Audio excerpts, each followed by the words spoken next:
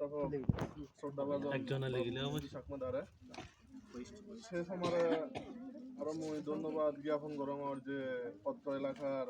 মই মুরব্বী এবং অত্র এলাকার প্রধান শিক্ষক এবং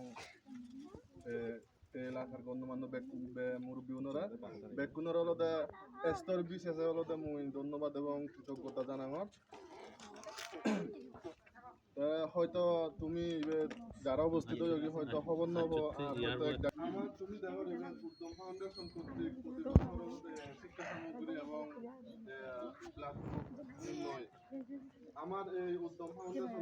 2020 সালত সম্পূর্ণ অরাজনৈতিক সংগঠন ইবেদ বিশেষ করে ছাত্র ছাত্রী যারা কলেজত পড়তন হাই স্কুলত পড়তন আর